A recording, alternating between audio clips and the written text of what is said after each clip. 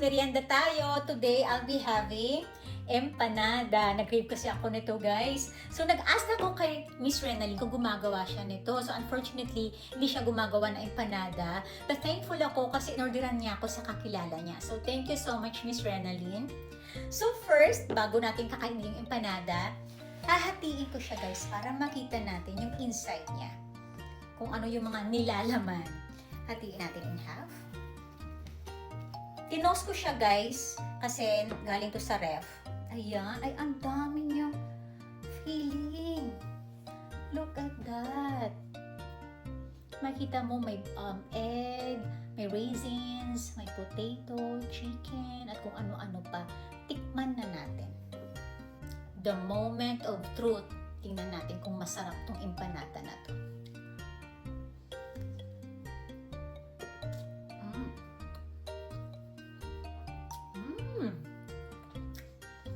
Tasty. Punong-puno talaga siya ng ingredients. Ang dami.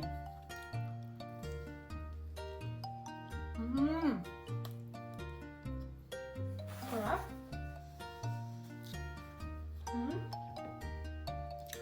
Ang kapal ng kanyang yung balot niya, yung bread ng empanada. Buttery. Ang sarap. I like the crunch. Yung edges niya, yung crunch niya. I love it. Malasa siya, guys. Masarap siya. I like this empanada. Hindi siya tinipid sa laman. Tingnan nyo naman. Hanggang dito talaga, malaman siya. Ayan, oh. Grabe. Mauubos ko to. And now with the coffee.